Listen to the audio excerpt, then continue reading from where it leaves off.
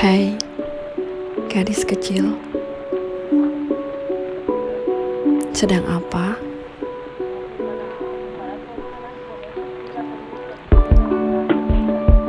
Kau sedang merangkai mimpimu.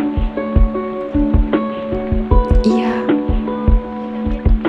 kamu harus punya mimpi. Tujuanmu ada di sana. Bergeraklah. Sentuh mimpimu.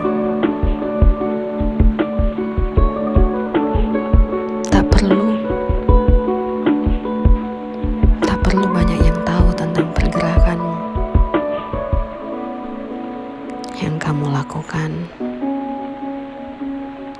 hanya harus fokus melangkah menuju tujuanmu. Dalam perjalanan,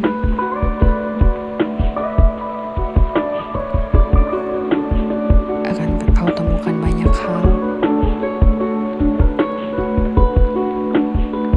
yang mengalihkan perhatianmu atau membuatmu buyar. Tidak masalah. Kamu hanya harus bisa mengontrol untuk berada di jalur menuju tujuan.